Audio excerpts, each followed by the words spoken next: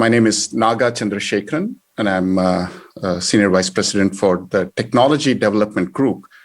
My colleagues highlighted the memory hierarchy and the triangle that we used through the whole presentation. And my job is to build the foundation for that whole memory hierarchy. As part of the Technology Products Group, we are involved in developing the different silicon-based technology, as well as getting them into our system products so that we can get it to the customers. This section is still under the safe harbor statement. I just wanted to remind everyone. As Raj kicked off the presentation, and then Ryan, Malcolm, and Roger highlighted, the requirements for memory within the overall hierarchy is expanding. And with that, the performance bandwidth requirements for both our DRAM and NAND products is continuing to increase. As Malcolm indicated, we are moving to DDR5, and with it, our speed, the data rate speed, is now in the 6,400 megatransfers per second and continuing to increase. And on the NAND side, we are moving from our 3-bit per cell to quad-level cell to continue to increase the performance levels, but also improve the overall cost. So this paradigm of continuing to demand a higher performance while we can deliver lower power and lower cost is driving a need for significant innovations. So within Micron, on both the NAND side and the DRAM technology, we have been continuing to drive advancements through our innovation engine to make sure we can meet these performance requirements while driving towards node over node cost improvement as well. And with it, one of the big things that we are looking at is also packaging technology, where both the heterogeneous and homogeneous package technology is now enabling advanced solutions, from a multi-chip package that goes into mobile solutions, and also the high bandwidth memory, where we are taking our TSV technology and stacking the DRAM dies to meet the bandwidth at a lower power, which cannot be gotten in the same footprint by just using our DDR5 or the graphics solutions. And this whole technology scaling path that we are driving is built on our innovation of over 40 plus years. And this shows just a few exhibits of some of the innovations that we are driving from our silicon and system solution. I'll just highlight two of them. We are very proud of the pitch multiplication technology that we introduced in the NAND industry back in 2007, where the industry was dependent on a lithography-based scaling path. And Micron came up with the first pitch multiplication technology, which is still benchmark in our overall portfolio and in the industry, that drove the NAND technology scaling to the next level. And today it's used in DRAM and across the semiconductor industry pretty widely. And more recently, we introduced the PAM4 multi-level signaling capability into our graphics products, which is again doubling the data rate that we are able to get, driving more user experience improvement with our graphics product, and also bringing in a higher data rate transfer. With this innovation today, Micron's in the leadership position with respect to both DRAM and NAND technology. Towards the end of last year, we announced our 1 alpha DRAM technology, and this is the smallest cell size in the industry. In fact, for the last 2 to 3 DRAM nodes, Micron came out with the smallest cell size and the first to come out with that cell size in the industry. And with 1 alpha, we are actually able to get a 40% bit growth from our prior technology nodes. And it's not only benchmark in terms of cell size and the cost position that it provides, but it's also providing a lower power for our mobile DRAM solutions. And it's going to be a higher speed DRAM available across our portfolio. The production is already going at full speed, and we are getting this to our customers and working very close with them. On the NAND side, we announced our 176-layer NAND. And once again, this is industry leading in terms of the number of peers and providing a great cost position, but also getting to a good power efficiency and better sequential and random read and write solutions. It's a 33% higher data transfer rate. So with both our DRAM and NAND, Micron is in a technology leadership position that's building that foundation for us to continue to expand our product portfolio across the memory hierarchy. And it's not only the traditional DRAM and NAND, it's also across a multiple spectrum of emerging memory landscape that we are looking at. As NAND continues to drive the lowest cost memory solution provider, and it moves towards a storage plus type applications, DRAM continues to improve on the data transfer rate, and it's the highest performance-based memory. And in this space between performance and cost, we are looking at a variety of memory solutions, like the team pointed out, where we talk about near memory and as well as bandwidth memory and capacity storage. We are making sure across the fundamental silicon-based technology, we have all technologies evaluated and can position them to meet the requirements of this memory hierarchy. And the one thing I want to highlight is with the high bandwidth memory, we could eventually get into a space of continuing to do even in memory processing, where we can build in more optimized AI algorithms that are suiting into this individual memory solutions that we have within the high bandwidth memory.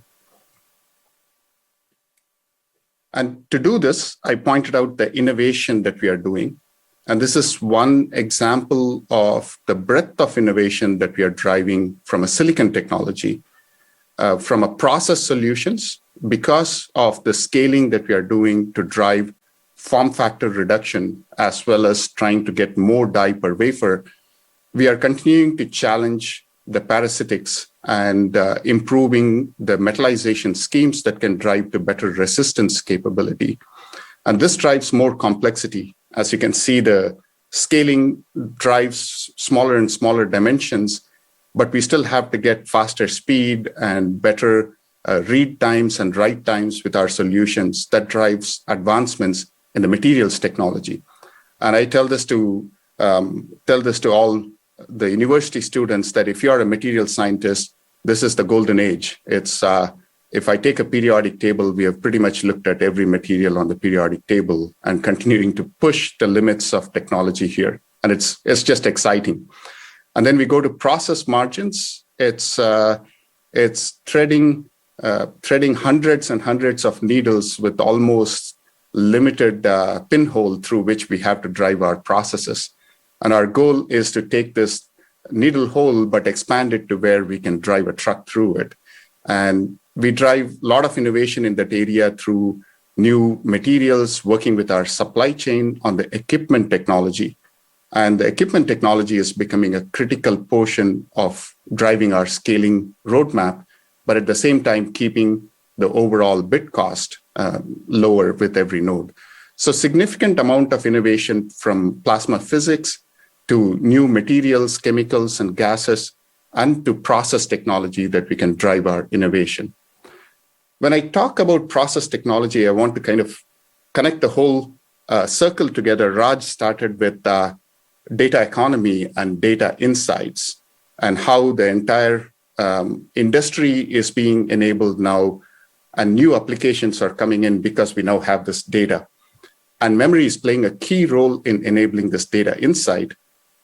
And we are now seeing how we can bring it back within our own technology development and factory. And across the value chain, data is going to accelerate our rate of innovation. Starting from design technology, how can we get to better power efficiency? How can we get to smaller die size, but at the same time, improve our signal integrity? How can we get to more reliable products, which is becoming a critical cornerstone, the quality of these products with memory, as they are becoming a critical portion of the hierarchy. So starting from design, using data analytics to do validation and verification of our design, placement of different circuits, and also the signal to noise ratio, how can we improve? And then moving to the silicon system, like I talked about, threading hundreds of needles, we have to see how we can improve our process margin. And we are using data to generate insights. The semiconductor factory is actually generating terabytes worth of data on a daily basis. With all the equipments that we have and the data we collect, we can now generate insights with very low latency. If we can have faster algorithms and using our own memory infrastructure, can we get these insights at a faster rate? And it's not just Micron, but everyone is starting to move in this direction. And this could be a competitive advantage in how we use data to generate faster insights to drive faster scaling. And then moving to systems, working with customers to see how the products are being used in the customer landscape, and very close partnership because the defects are dependent on different use conditions. The same memory and the same system based on the use condition could have different behaviors. So working in close partnership with our customers to understand their use models and looking at the data and connecting it back to our own entire value chain and seeing how can we improve the product reliability and the overall experience that the system sees with memory in the hierarchy. We have seen faster time to maturity for our yield, which is going to help us with the efficiency of the factory, fewer quality events because we can detect issues earlier, but more importantly, faster time to solution and time to market. So closing that whole circle where we started with data bringing insights, we are seeing the same data insights now driving this technology scaling. And I'm confident it's going to drive the memory scaling for the next several decades. And with all the growth in memory, all the growth in semiconductor industry that we are seeing, we haven't forgotten the fact that we have to grow in a sustainable manner. This growth brings a lot of responsibility to us as technologists to make sure the technology development is sustainable. While I'm very proud of the periodic table and all the materials we are looking at, we also need to make sure that it is sustainable. And we are making sure as part of this whole month when we are celebrating the Earth Day and sustainability, that Micron is playing a very important role with respect to corporate sustainability. And one of the things we are very proud of is our efforts with operational sustainability. And we announced recently our aspirational goals from emission, reducing the emissions by 40% relative to our calendar year 18 timeline. And this is very challenging. It looks not as big of a number, but we are scaling and we are adding more bits per wafer. And the overall bit growth is so high, but at the same time, we also want to reduce the total emissions, and it requires significant innovation. We have an aspirational goal to get to renewable energy, 100% of our operations. Water, this is very close to me in terms of the amount of water we use, we recycle and recover, and both in our operations as well as in the communities where we operate, we are taking huge efforts to drive improvements in water usage efficiency and then waste. And we are doing this through data collection within our factory and using that data to generate insights and say, how can we improve our operational efficiency? That's not only a good corporate citizen, but it leads to our top line and bottom line improvements because sustainable operations, better operational efficiency means better cost. And the last point that I want to make is all this innovation then leads to our products being more efficient. We are driving speed, but at the same time, the energy per bit has to be lower. And we keep making sure through our design and process innovations, we drive power efficiency within our products so that our customers can see improved power usage. How much is the spending every year for Micron in R&D? I mean, compared to the revenues. We report this as and we have targets, and it tends to change, of course, based on the revenue that we look at. But we typically have the target of in the 10 to 15% of our revenue for the R&D operations spend. But of course, R&D and the whole technology is foundation to any technology company. And we make sure we are investing heavily within our, for our overall R&D roadmap. So I have a question that maybe it's not a technology question, but every vendor in the chip industry is reporting, a shortage of, chips. I mean, we read this news every day. And how is it impacting your roadmaps and, and your ability to grow in this period? Yeah, I'll answer from the roadmap, and Raj, please take the question on the demand or supply side of it. Enrico, from a roadmap side, it's really not impacting us. We are continuing to drive our technology roadmap when it comes to having the leading edge products and the capabilities that we are making sure we drive the technology roadmap from both the performance requirements, but also the bit growth that we are able to generate through technology transitions on our wafers.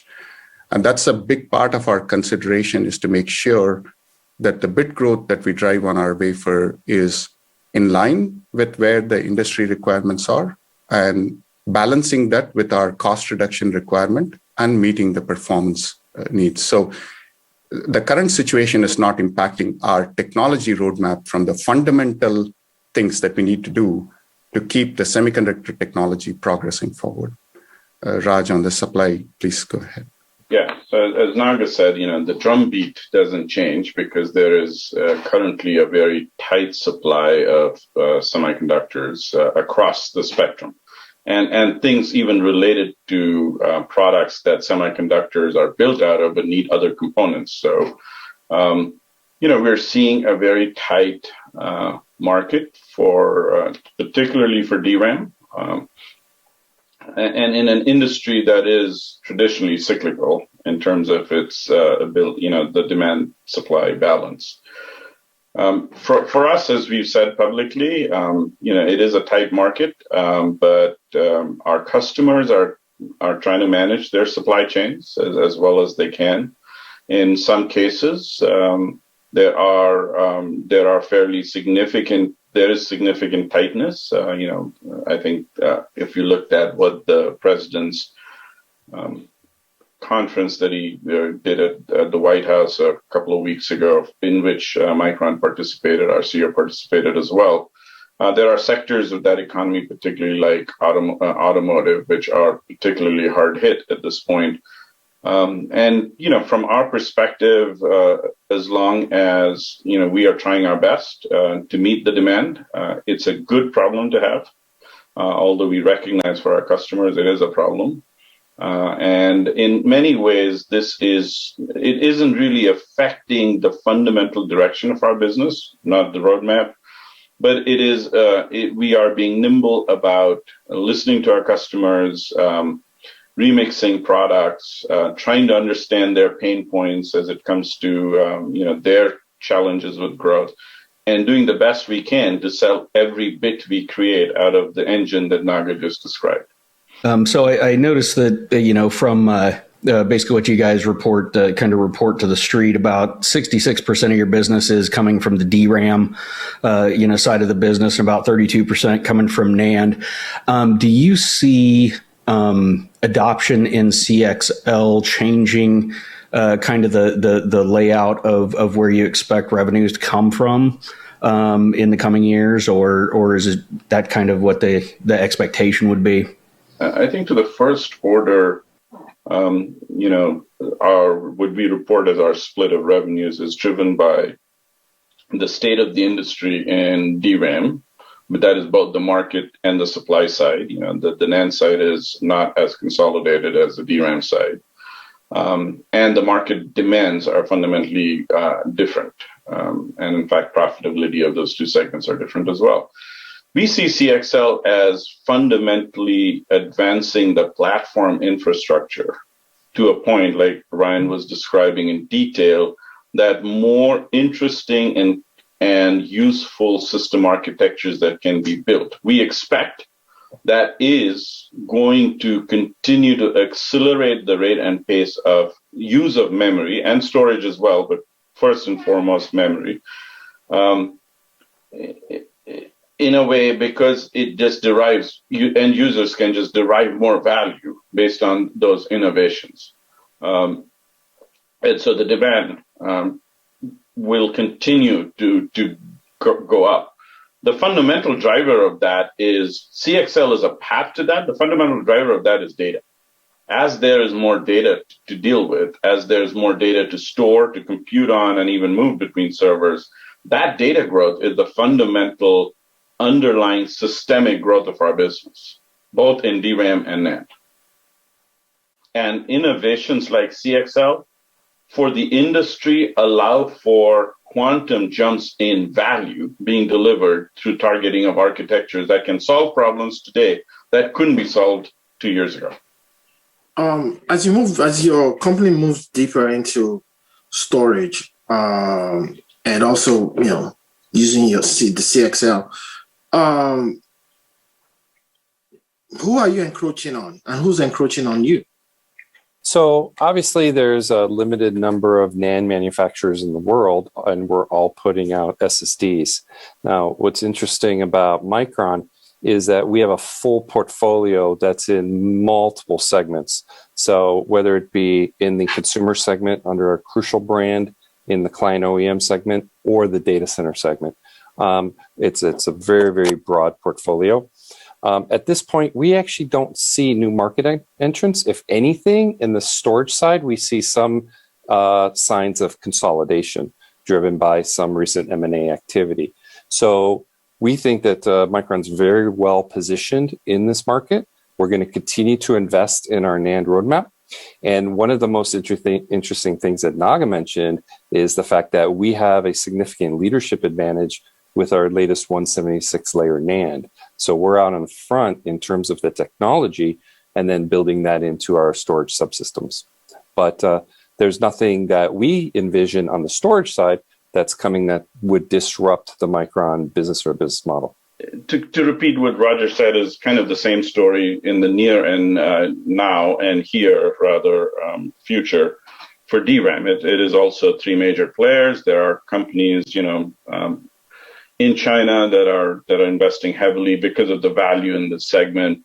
And that's just part of standard natural competition to us. I think the more interesting debate we can have about this notion of changing roles is as we look down the line at the blurring of the model of compute happens here, data is stored here, whether it's memory and storage, to when we start talking about either compute in memory or compute in storage, again, driven by this need to process data more efficiently, more so than ever before. And those architectural shifts then will raise the question of, where does compute happen relative to the memory, or where does memory stay relative to compute? And those are fairly significant architectural debates, right? That are going on today of actually, in many cases, showing that with some amount of compute being added to memory, which is essentially a memory, but now with compute capabilities, I think Naga made a reference to it a little while ago, you can do some very intelligent things without dragging all of that data all the way to a CPU, which is what you do in a traditional infrastructure.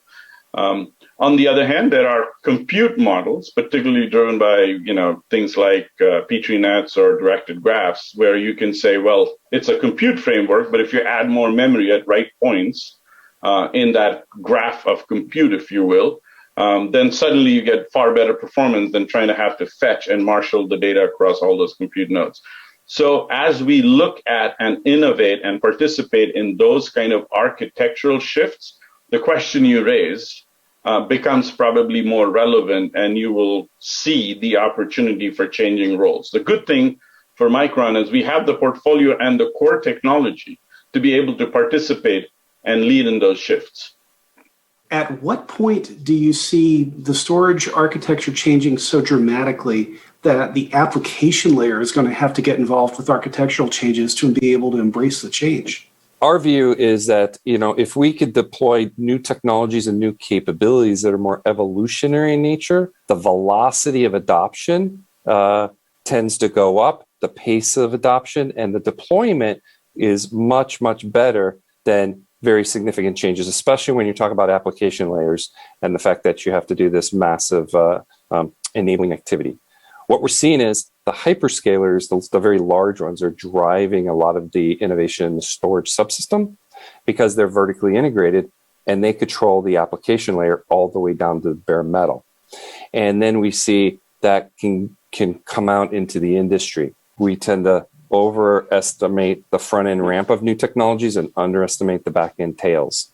And so in traditional enterprise, we see that storage evolution and the changes at that point are significantly slower.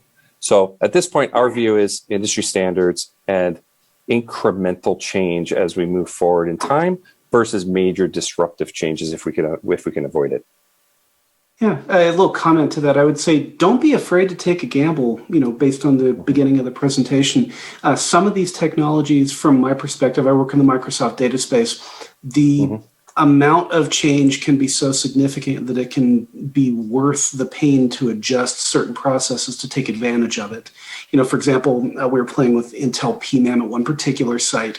This absolute bare of a mission critical process we took from 8.5 hours to 8 minutes. With a very small change in application code. Don't be afraid to take those kind of gambles, and I'd love to see it from you all.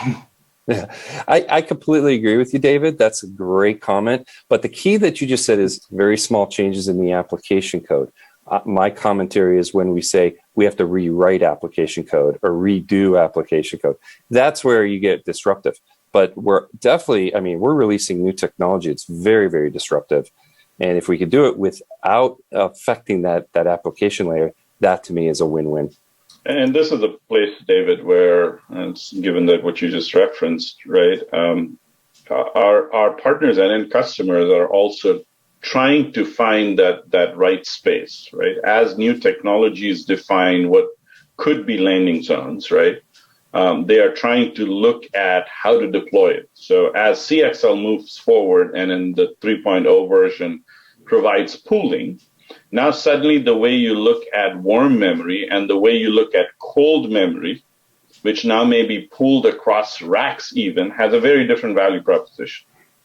But that's not a static value proposition. If you can continue to increase performance and drive costs down, again, it's that hierarchy where the technology innovation can shift it on that curve and actually be used for things that were different than what it was designed for in the beginning.